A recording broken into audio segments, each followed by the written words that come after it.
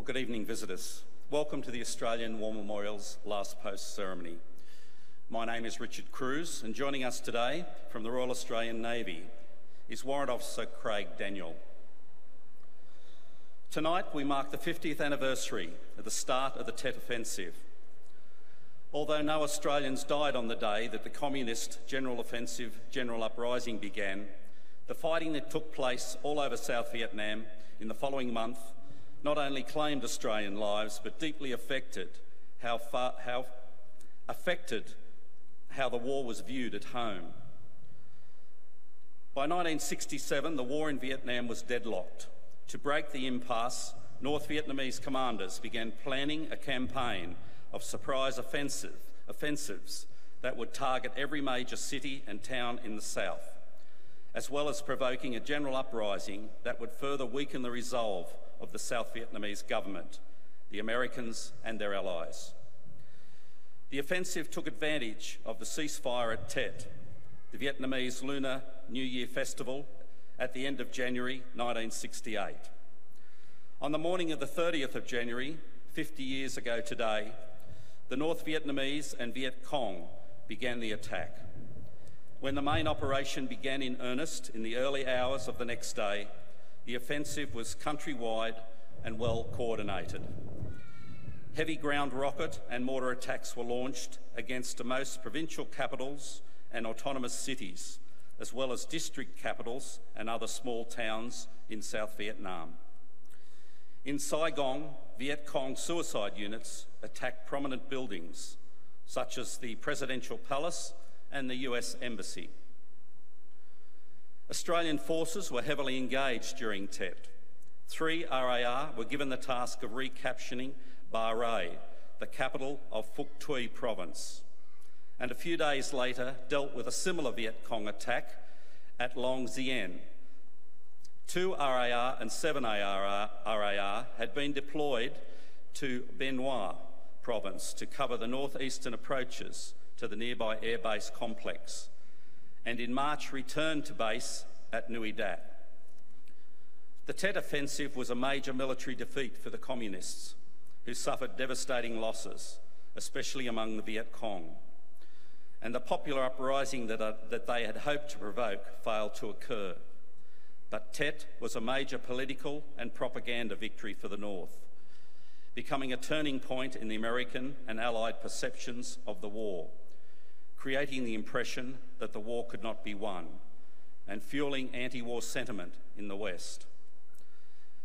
As we hear the story of Lieutenant Anthony Austin Casadio, who died on operations in August 1968, we remember and pay tribute to all those Australians who served and died in the Vietnam War. We warmly welcome this evening the family of Lieutenant Anthony Austin Casadio, whose story will be told shortly.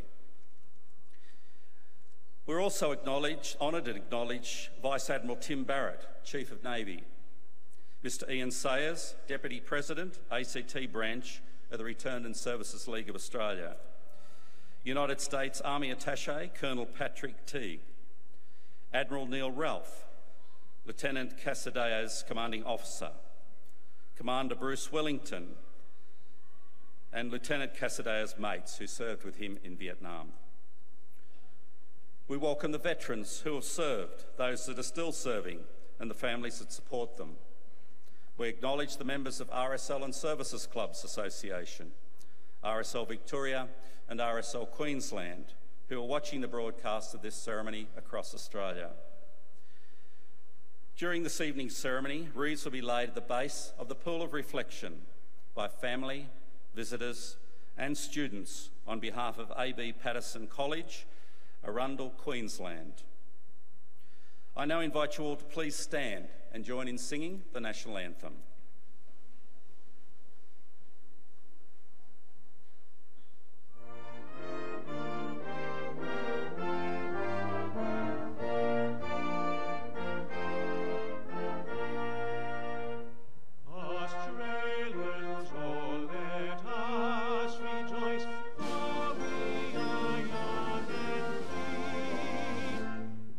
Golden soil and wealth for toil,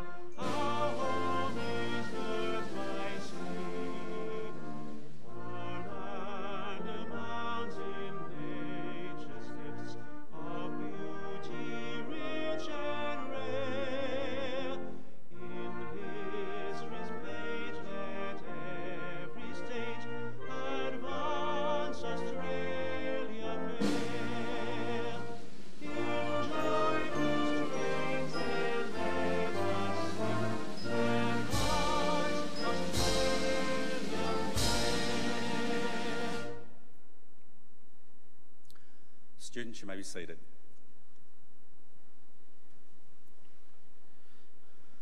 The Australian War Memorial was the vision of Charles Bean, Australia's First World War official historian. Bean landed with the Australian troops on Gallipoli and stayed with them at the front through to the end of the war. The idea of this national memorial and museum came to him at Pozières, France, in the depths of the bloody fighting of 1916. Bean's idea was that this would be a place where families and friends could mourn loved ones buried in faraway places. It would also be a place that could help all Australians understand what these men and women had endured and what they had done for us. Bean's vision, to which we remain true, is best expressed as inscribed in the entrance to the memorial's galleries. Here is their spirit, in the heart of the land they loved, and here we guard the record which they themselves made.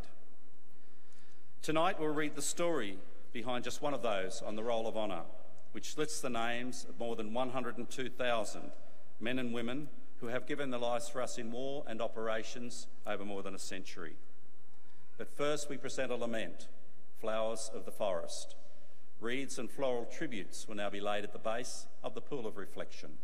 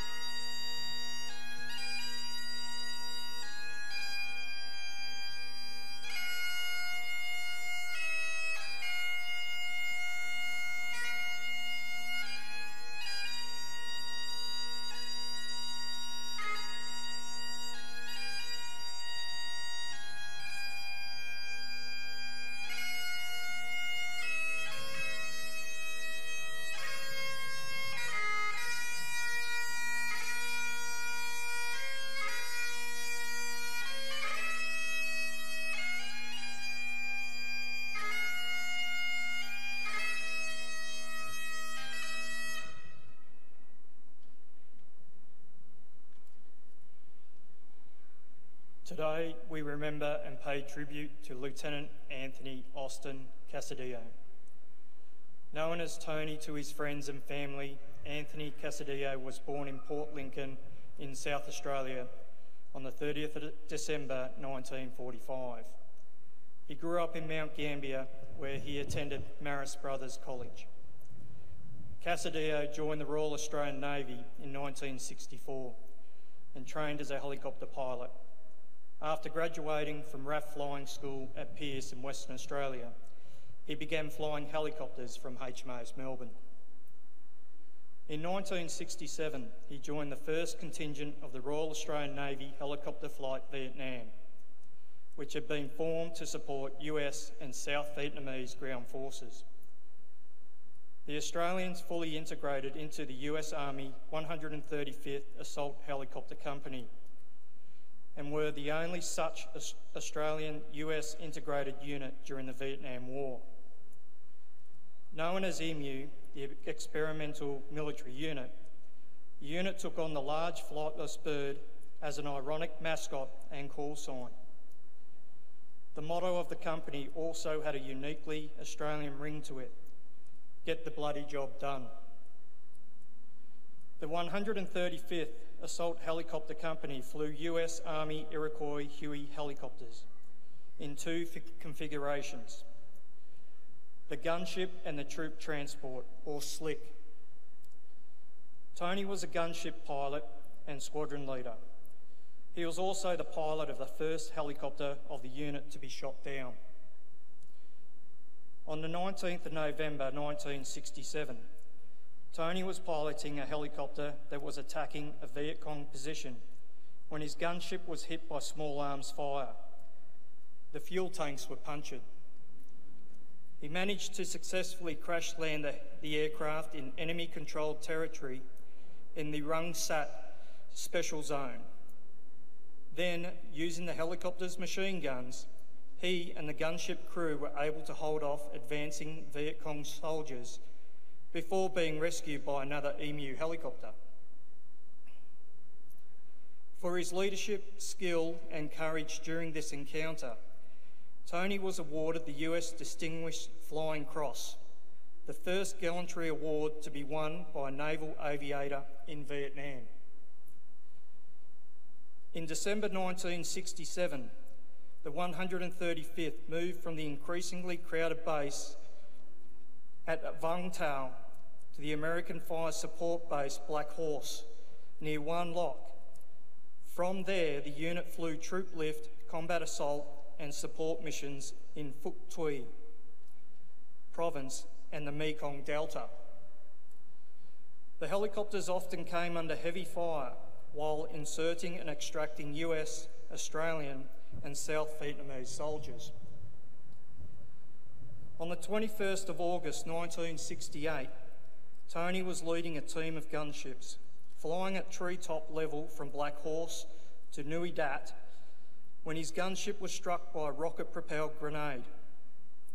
It crashed in a clearing, and Lieutenant Anthony Casadio, fellow Australian Petty Officer O'Brien Phillips, and 2 American crew members were killed on impact. The loss of the 4 men was keenly felt at Black Horse Base, all the more because Tony was 10 months into his 12-month tour of duty. A memorial service was held in the days after the incident. Tony's record of constant heroic acts and exceptional devotion to duty was posthumously mentioned in dispatches. Tony Casadio was 22 years old. His remains were buried on the 10th of September 1968 in the Carinya Gardens Cemetery in Mount Gambier. His name is listed on the Roll of Honour on my left among more than 500 Australians who died in or as a result of Australia's involvement in the Vietnam War. His photograph is displayed beside the pool of reflection. You will see him on the left in the image. This is but one of the many stories of service and sacrifice told here at the Australian War Memorial. We now remember Lieutenant Anthony Austin Casadio, who gave his life for us, for our freedoms, and in the hope of a better world.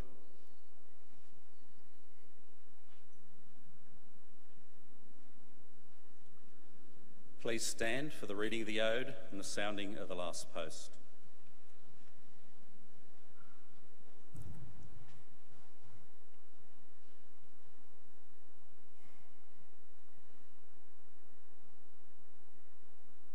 They have no grave but the cruel sea, no flowers lay at their head.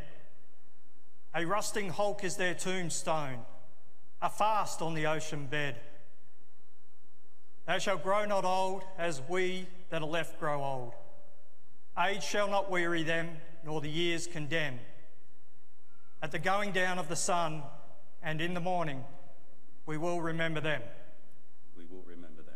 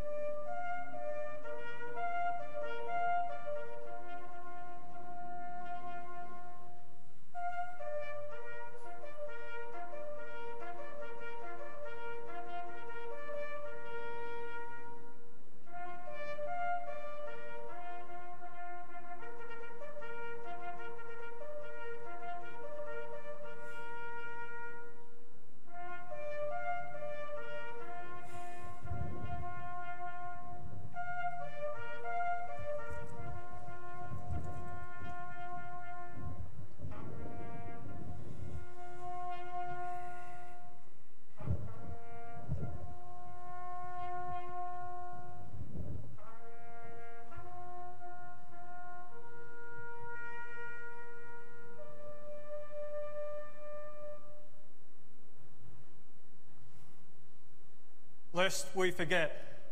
Lest we forget.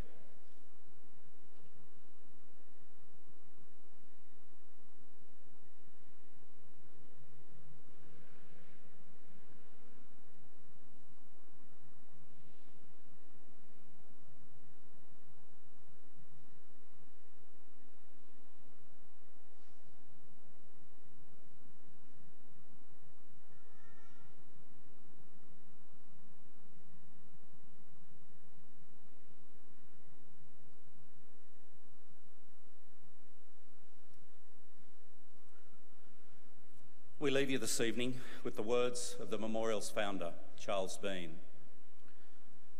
Many a man lying out there at Poziere or in the low scrub at Gallipoli, with his poor, tired senses barely working through the fever of his brain, has thought in his last moments, well, it's over.